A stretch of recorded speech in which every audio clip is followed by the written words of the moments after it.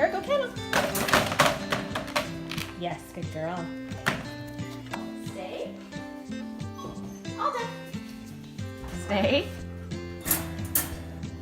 All done. Good job. Hera, come on. Good girl. Let's go inside. Hera, stay. All done. Good job.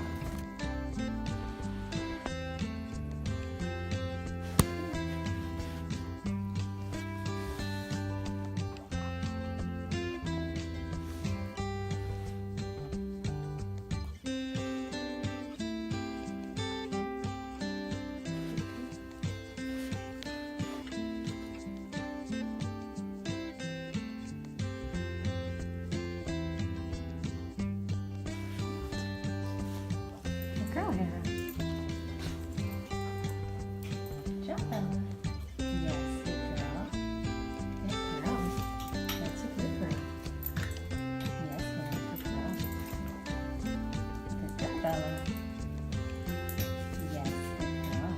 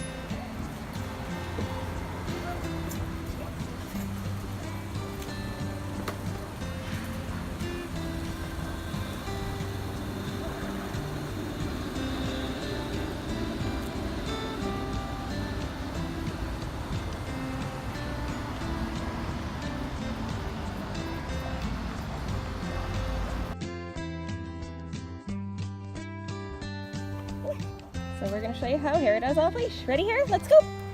And we're getting bit. Good girl, Hera.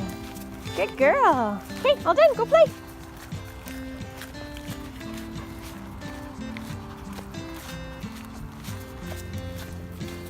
Okay, so when I come out here with Hera, she pretty much sticks by my side. She doesn't take off very much. I'm going to reward her here and there for checking in, and I'm going to give her lots of verbal praise. But I'm not going to give a lot of high value treats for check-ins. I'm only using kibble. Out here we've done a lot of practice, so I expect that it's going to be easy for her.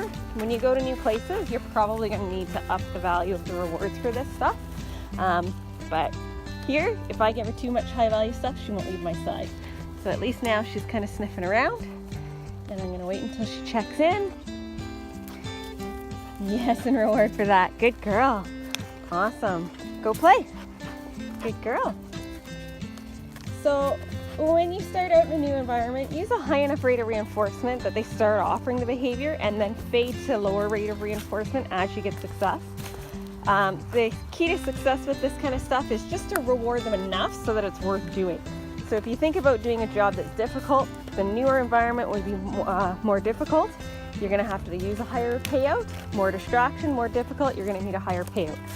I use a long line in new environments or around new distractions if I think that they might fail, so that I can back up any of my recalls or leave it, so that they learn that they don't have a choice early on. One of the biggest mistakes that people make early on is just giving them off-leash freedom and not backing up what they've asked for, and then the dog learns that they have a choice and they start to take off. We use a long line if we're unsure at all to get those check-ins happening, and then once the check-ins are happening, good girl. And we know that when we call them they're gonna come, then we can start to fade that line. They do often go through a flight period where they start to test the rules. So if you find, let's say around 6 months, she starts to not come when called, go back to basics, go back to using your long line, go back to practicing everything that we talked about, and it will come back around. But if you don't practice it, it's definitely one of those use it or lose it skills. So one of the things we're going to do out here to show you how her out-of-sight recall is just a little bit of hide and seek. And that's a way to make recall really fun. So out here, we want to make sure that we're more interesting and more fun than anything in the environment. So playing games makes us more fun. So I'm going to wait until she's out of sight to see if I can hide.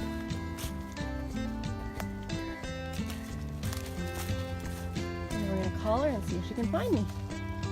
Hera, come!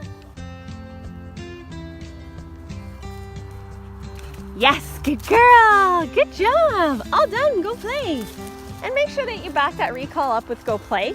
If you're using your recall and then ending the fun and going home, to the dog, that's a negative and they feel like they're loose. Hera, this way. Good, and you can see how I just used this way to get her to change directions. She'd gone a little further ahead than I wanted her, and I started to change directions and gave her this way cue.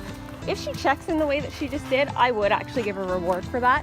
But typically on the trail when I'm doing a lot of direction changes, I say this way and I just give them praise and affection when they switch directions with me, unless they come all the way in like she did and do a really good check-in, and then I do often give it a high value reward.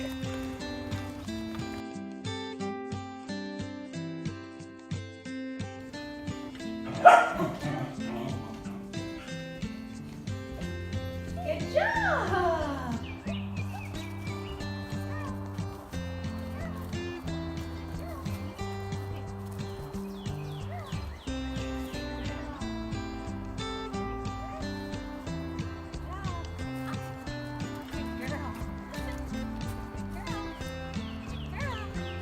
Yay!